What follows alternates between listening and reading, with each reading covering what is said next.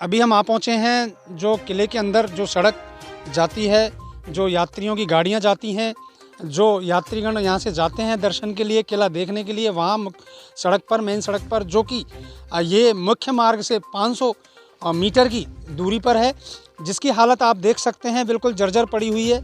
कई वर्षों से इसका निर्माण नहीं हो पाया है और ऐसी हालत में यहाँ आने जाने वाले यात्रियों को और अनेक परेशानियों का सामना करना पड़ता है। और जैसा कि पीने के पानी की जो समस्या थी वो जस की तस यहाँ बनी हुई है।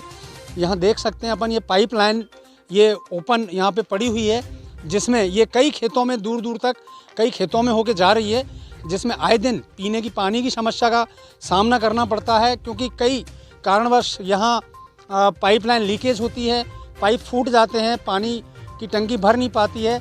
तो यहाँ के जो भी परिवारजन हैं, लोग हैं, रहने वाले हैं, इनको कई किलोमीटर की दूरी तक पीने के पानी के लिए भटकना पड़ता है, जो कि लगभग 300 या 350 लगभग वर्ष पुराना है। खड़े हैं गढ़ के किले के मुख्य द्वार पर, जो आप मेरे कैमरे के सामने देख सकते हैं मुख्य द्वार को। और जैसे जैसे अब हम इसके अंदर जाएंगे तो और सारी सिचुएशन के बारे में यहाँ जानेंगे कुछ ग्रामीणों के साथ। 300 साढ़े 300। तो बाबा जैसा बता रहे हैं कि ये किला लगभग 300 साढ़े 300 वर्ष पहले निर्माण हुआ था और तब से यहाँ कुछ राजा महाराजाओं की रियासतें निवास करती थीं। और अब हम मुख्य द्वार से अंदर जा रहे हैं और जैसा आप इसकी हालत देख रहे हैं कि जर्जर बिल्कुल इसकी हालत बनी हुई है। और अब अपन मुख्य द्वार से अंदर बिल्कुल आ पहुँचे हैं। और ये पुरानी रियासत में जागीरदारों का किला था, जिसमें बाबा जो ये सारी चीज़ें जो बनी हुई हैं, हाँ, तो यहाँ जागीरदारों के समय में क्या काम होता था? यहाँ हाट लगई, उसमें जो दुकानदार आवे उनका सामान रखे हुए। तो जैसा ये यहाँ के जो बुजुर्ग मुझे बता रहे हैं कि यहाँ जो कुछ घर दुकान नुमा यहाँ पुराने समय के बने हुए हैं, तो यहाँ आप देख सकते हैं कि यहाँ पर ये हाट लगती थी, बाजार लगता था और यहाँ पर उन कुछ लोगों के द्वारा खरीदारी की जाती थी। और एक कुआं जो यहाँ पीने के पानी का स्रोत था वो भी बना हुआ है। तो जैसा आप देख सकते हैं ये कुआं फिलहाल अभी वर्तमान में सूखा पड़ा है, लेकिन इस कुएं के माध्यम से यहाँ पर पीने के पानी की व्यवस्था होती थी सभी लोगों की। अभी आगे बढ़ते हैं। ये सामने आप जो देख रहे हैं यज्ञशाला बनी हुई है और जब भी यज्ञ होते हैं, जो कौन से महाराज हैं वो जो यज्ञ करवाते हैं, क्या नाम है उनका? गजानंद महाराज मलरिया वाले। गजानंद महाराज मलरिया वाले जो यहीं मंदिर पर भी रहते हैं, उन्होंने यहाँ 7 या 8 यज्ञ करवाए, 8 यज्ञ करवा दिए गए हैं। और हमेशा यहीं पर यज्ञशाला बनती है, जिसमें हवन के लिए जोड़े बैठा करते हैं। और उन्हीं के यज्ञ के प्रयासों से यहाँ काफ़ी दूर दूर तक यह किला और यह क्षेत्र और भी विकसित हुआ है। करीब लाखों की तादाद में संख्या बल, जब यज्ञ की प्रसादी होती है तो लाखों की तादाद में यहाँ संख्या बल आता है और काफ़ी बढ़ चढ़ कर के लोग बाग यहाँ हिस्सा लेते हैं। और किसी भी प्रकार की प्रसादी वितरण में, प्रसादी में, यज्ञशाला में कोई कमी नहीं रहती है।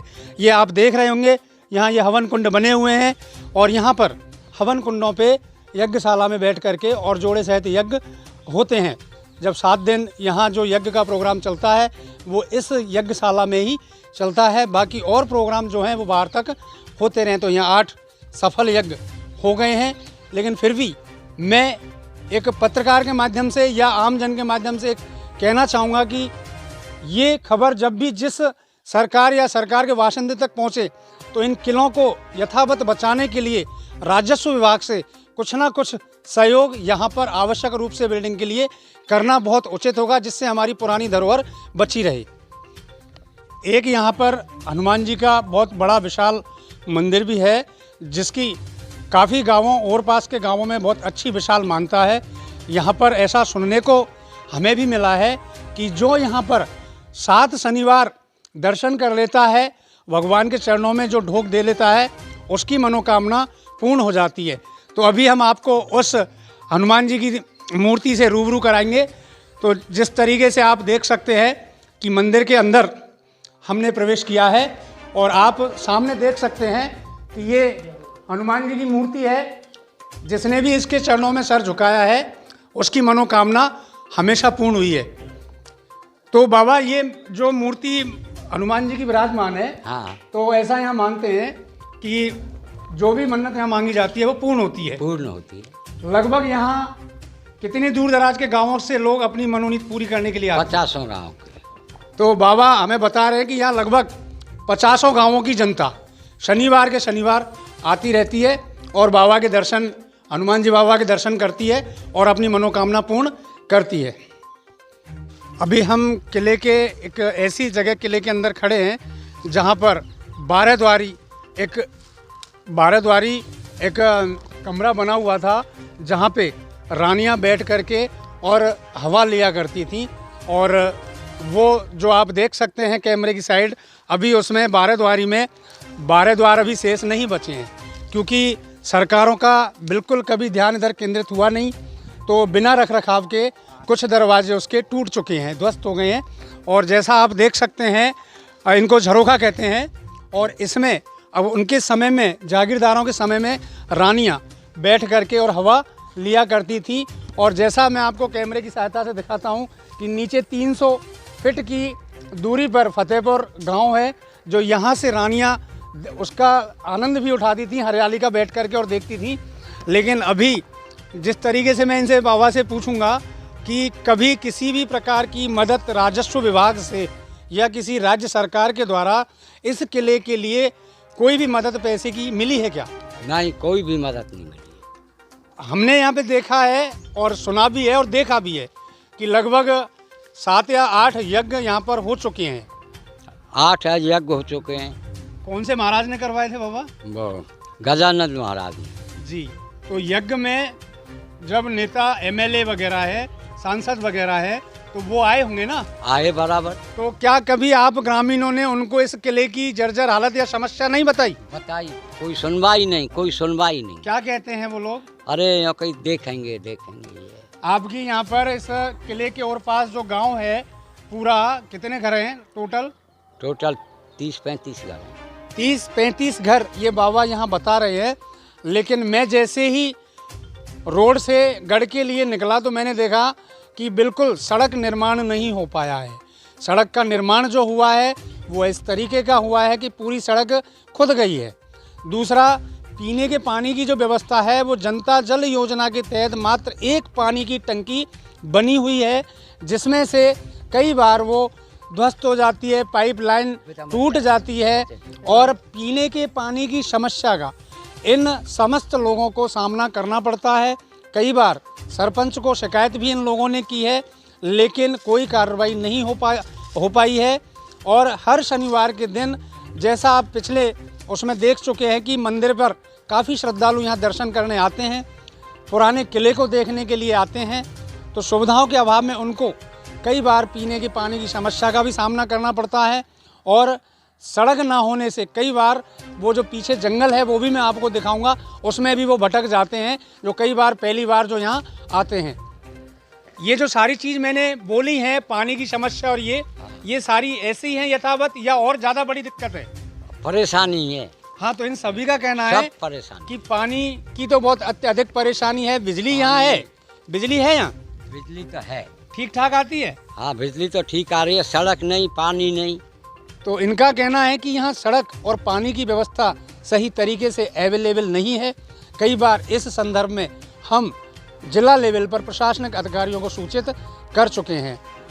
मेरा नाम मुंशी सिंह है। तो अब अपन जहाँ अंदर प्रवेश किए हुए हैं, हाँ। तो ये क्या, कौन सा स्थान है जागीरदारों के समय का?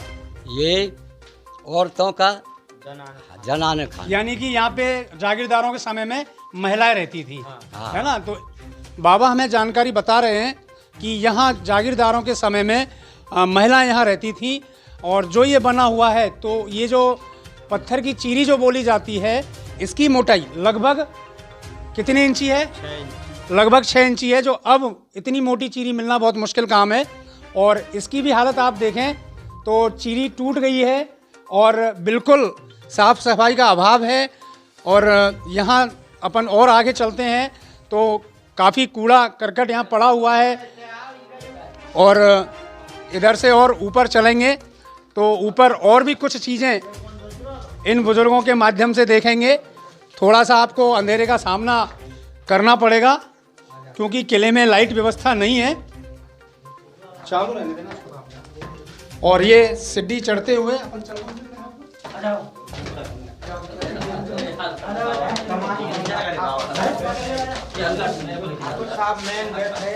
और जहाँ पर जागीरदार बैठे रहते थे वहाँ हम किले के ऊपर के हिस्से में आ गए हैं।